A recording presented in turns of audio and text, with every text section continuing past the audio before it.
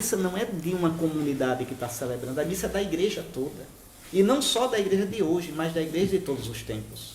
Por isso, desde o princípio, desde o início, a missa tem um rito padrão. Veja, São Paulo, na primeira carta aos Coríntios, já diz de qual o rito. Eu recebi do Senhor, recebeu do Senhor através da igreja, o que eu vos transmiti. O Senhor Jesus, na noite que foi entregue. Veja, os evangelistas contam a ceia do mesmo jeito. É o rito padrão da igreja. Do mesmo jeito que São Paulo conta. Então, a missa, ela tem um rito padrão. Esse rito, tá certo? Ele foi evoluindo na história, mas não pode ser inventado. Ele vai evoluindo na força do Espírito Santo que ilumina a igreja. E como a Eucaristia é o único sacrifício de Cristo, e comungando da Eucaristia, os cristãos se tornam um só em Cristo, a Eucaristia também é o sacramento da unidade da igreja. Porque você comendo do mesmo pão e bebendo do mesmo vinho, você participa do mesmo Espírito de Cristo. O Espírito nos une num só corpo, corpo de Cristo, corpo da igreja.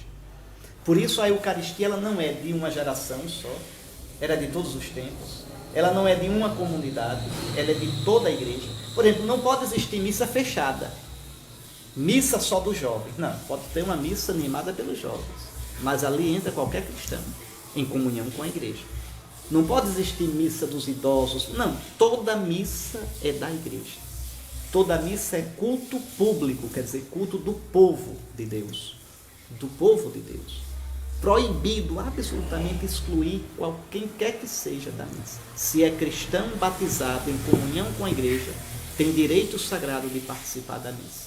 Ah, mas essa missa é uma missa diferente que a gente queria fazer. Não existe missa diferente. Ah, essa missa é uma missa íntima, uma missa... Não existe isso não existe.